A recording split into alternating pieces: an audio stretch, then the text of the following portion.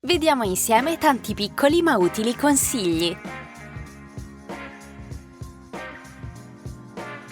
Non hai un portabevande? Problema risolto!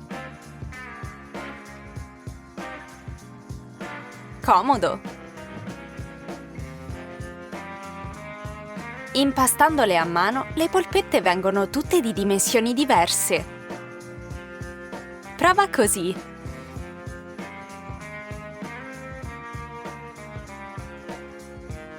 Perfette! Che disastro! Travasa l'ammorbidente in una bottiglia con il dosatore.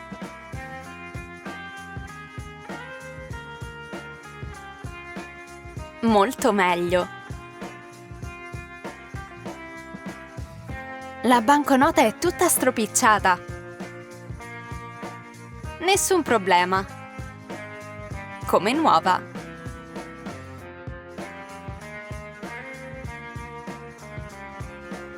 La crema è quasi finita?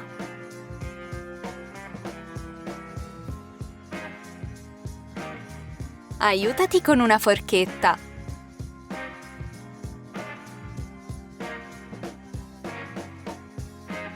Niente sprechi. Non dimenticare di lavare i pennelli per il trucco. Immergili in acqua calda e sapone.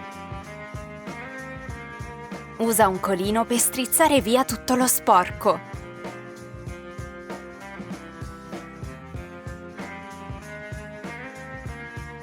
Perfettamente pulito. Fai attenzione alle lame dei coltelli. Usa una cannuccia per proteggerli.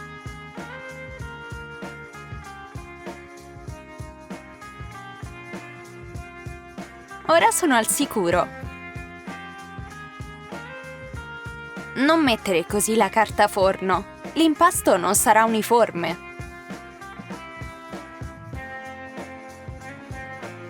Tagliala in questo modo.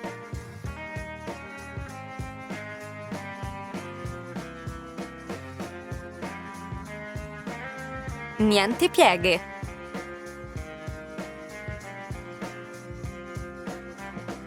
Vediamo un'idea creativa per cucinare le uova. Cuoci separatamente l'albume e i tuorli.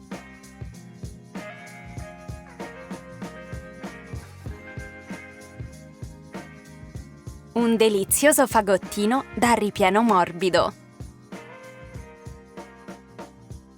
Il pelapatate non è utile solo per le verdure, usalo per tagliare il burro.